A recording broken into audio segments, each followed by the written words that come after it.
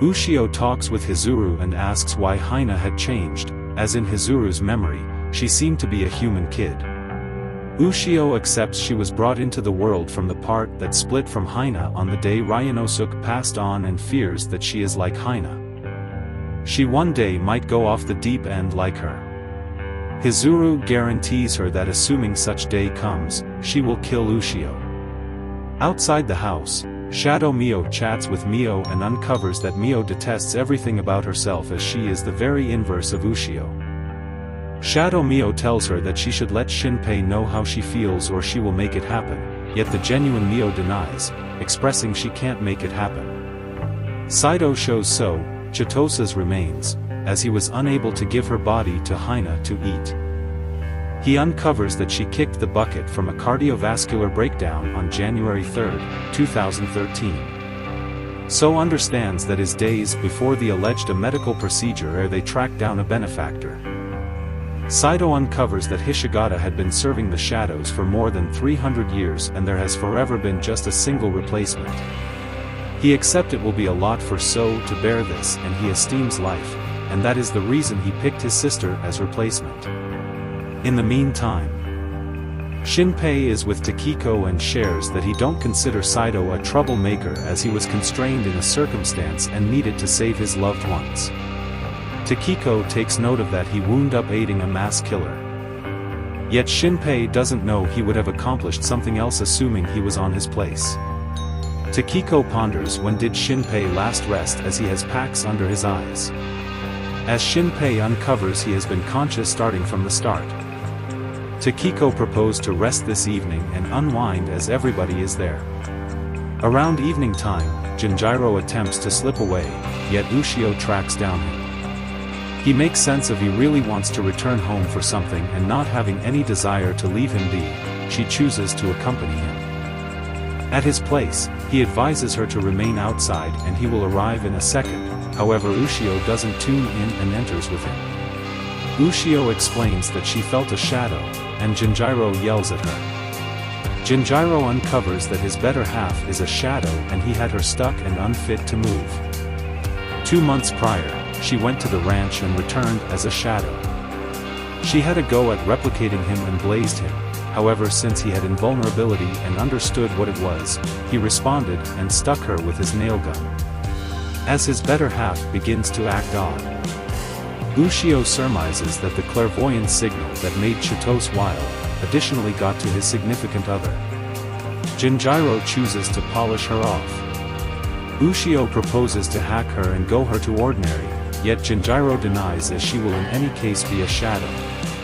Needing to have a conclusion, Ushio concurs and leaves, while Jinjiro shoots Kaoru and apologizes to her. Toward the beginning of the day, Shinpei sees that everybody may do until 23rd. As there is fight forthcoming, they have chosen to bring down the quantity of shadows.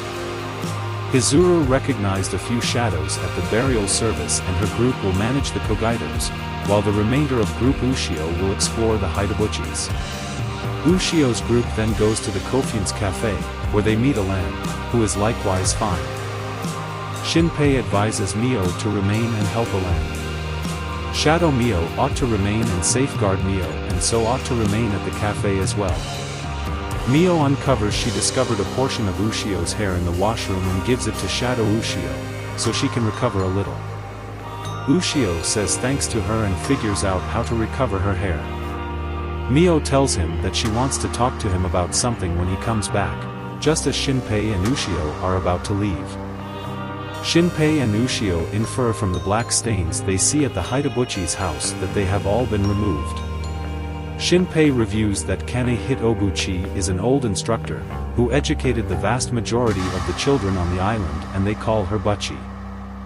He and Ushio then review a day when they were youthful and he strolled behind Ushio. 2 young men show up and taunt Ushio for her brilliant hair and blue eyes, calling her an outsider. Ushio immediately beat them, yet Buchi came and halted Ushio. Ushio states that they began it and they menace the feeble, however she ain't powerless. Despite his agreement, Buchi cautions her that violence is not the solution and that only truly strong people harm other people. Ushio finds it disgusting that her hands are used to hold hands instead of hitting other people. In the wake of reviewing how kind Butchie was, the two follow a shadow trail into the mountain. When they hear the kids crying, they run toward them. They see 3 children confronting Shadow Butchie with 2 shadows who replicated 2 of the children. Butchie moves behind the other children, but Shinpei shoots her as she moves behind them. Ushio rushes in and saves one of the kids while also killing the 2 kid shadows. She observes that Shinpei had grown up and wonders if he is doing well as the shadows fade. After that, Shinpei and Ushio tell the kids that Ushio is a trustworthy shadow and that they are on a secret mission and shouldn't tell the adults about it. The two proceed and discover fresh blood. Assuming it was Butchie's work, Ushio checks it and understands it's have a place with somebody from Osaka, a 34 years of age lady. Speculating she is a traveler and having no dark stains, they accept she has been removed for Hina to eat. The strange-looking Ushio then states that Hina will never recover and that Shirori and Hina's original bodies are gone. Ushio then, at that point, comes to her sense and contemplates whether she said anything.